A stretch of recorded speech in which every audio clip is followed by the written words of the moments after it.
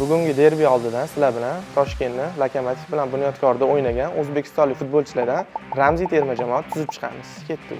Hop, darvozaga Ignatiy Nesterov, Pavel Bugali va Abdumavlon Abdujalilov variantlari bor bizda. Lekin bularning ichidan eng afsonaviy darvozabonimiz Ignatiy Nesterovni tanlab olamiz. Nesterov ligamizda 493 ta o'yinni o'tkazgan. Himoya markaziga Anzur Ismoilovni joylashtirmasak bo'lmaydi. Unga tandem sifatida Artyom Filipasyanni olamiz. Bu ikki futbolchi vaqtida terma jamoamizda ham birga to'p surishgan. Ramziy jamoamizning himoya qanotlariga esa Viktor Karpenko hamda Alek Zateyevni joylashtiramiz. Markazdagi uchlik Aziz Haydarov, Server Jeparov va Timur Kapadze, Jasur Hasanov Bunyodkor va Lokomotivning oltin davrida porlagan futbolchilarimizdan hisoblanadi. Ushbu futbolchini chap qanot hujumga qo'yamiz.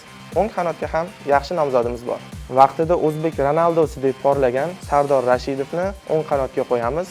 U avval Bunyodkor safida porlab, so'ngra xorijda, keyin Lokomotivda ham o'z faoliyatini olib borgan. Va nihoyat markaziy hujumchi roliga yetib keldik.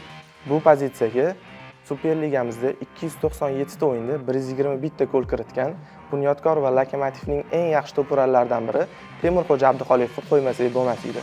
Fursatdan foydalanib og'ir kunlarni boshdan kechirayotgan Temurxo'jaga tez orada safga qaytib, yanada ko'proq gollar urishini tilab qolamiz.